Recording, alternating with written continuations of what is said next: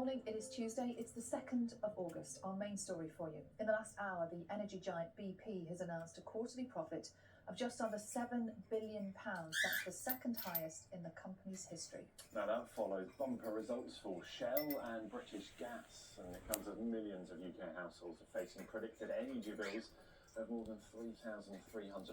That's from this autumn.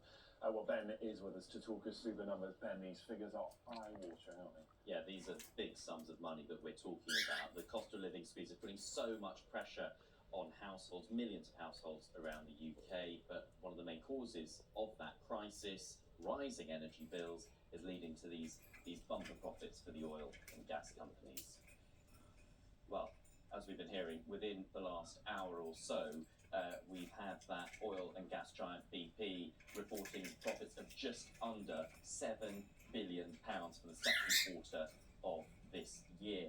That's the second highest quarterly profit in its history, and it's not the only energy firm that is doing well. BP's rival Shell announced record profits last week. It made £9 billion for the period between April to June. And Centrica, the owner of British Gas, announced profits of £1.34 billion for the first half of this year. That is more than 5 times the profit it made for the same period last year.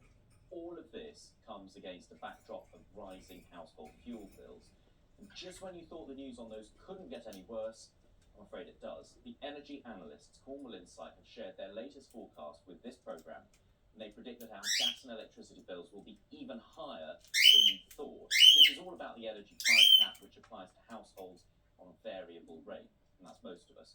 In April last year, the cap increased, pushing the annual bill for an average household on a variable rate from just over £1,000 to £1,138. Within a year, the price cap has risen to its current level, which puts a typical bill at £1,971. But Cornwall Insight think it'll go even higher to more than £3,358 this October. These price rises are expected to continue. Look at that, with families potentially paying as much as £3,729 by this time next year. A little earlier on breakfast, we spoke to Matt Copeland from the fuel poverty charity National Energy Action, who said the energy firms should be taxed to help offset the enormous bills being faced by UK households. I think it's really important the government does take action here and does try and provide more support for households going into this winter. They've already provided some support back in May, but that, as we've already heard this morning, is outdated based on an old projection of the price cap, and that £500 gap in support needs to be addressed. Now, it's clear that people are going to be paying huge amounts for their energy, and we've seen relatively big profits from the energy firms, so there's a clear inefficiency there, and that's obviously an option that the government could take in order to fund any new support for households. We're joined now by the energy analyst David Cox. David, these are such big sums of money we're talking about, and this will sit uneasily with people who are struggling to pay their own household energy bills. I think it will. I mean, the problem is that the energy industry is split into two segments: the upstream, which is what the oil and gas producers do, and the downstream, which are the energy companies that we buy energy from. The upstream part of that, the BP results today and Centrica's upstream last week and Shell, were all the upstream, and they produce the oil and gas. Now they're selling that onto the global markets at record profits because nothing's happened other than the prices in those markets have doubled and tripled. In the case of gas, wholesale gas prices have gone up 500% in the last year.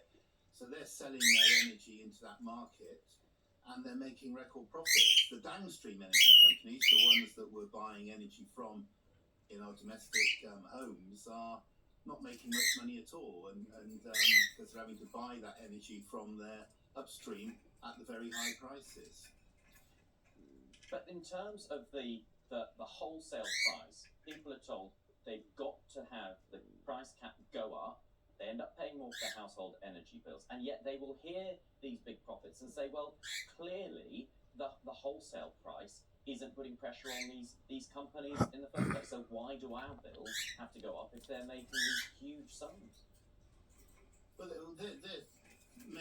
cases, separate companies that they're designed to make money for their shareholders and make profits, and that's what they're doing. They're making these record profits.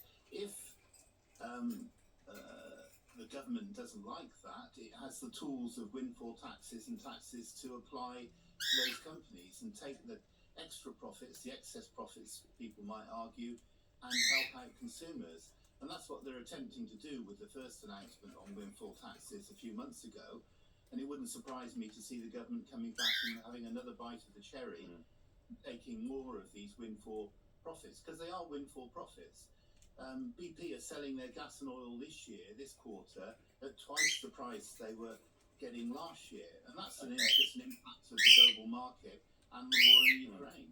Just a quick one, David. People want to know, when might we expect the prices to start coming down? I think it's a long way off. I think we're in for a depressing year at least, and maybe 18 months, maybe after the following winter, not this winter, but the following winter, we might see prices weaken. But it's a long way away, I'm afraid. It's bad news all the way for a while. Okay.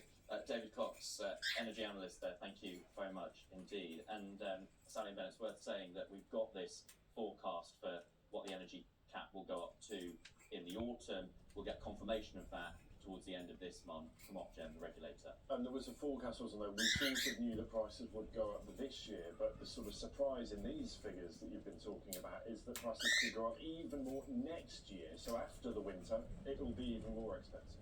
That's it, exactly. After a period where people will need to put their heating on, things get more expensive, and yet there's no sign of it tapering off, no sign of the pressures easing. As you say, if anything, they're forecast to go even higher the following year. Ben, thank you very much indeed. Thank you. It's just turned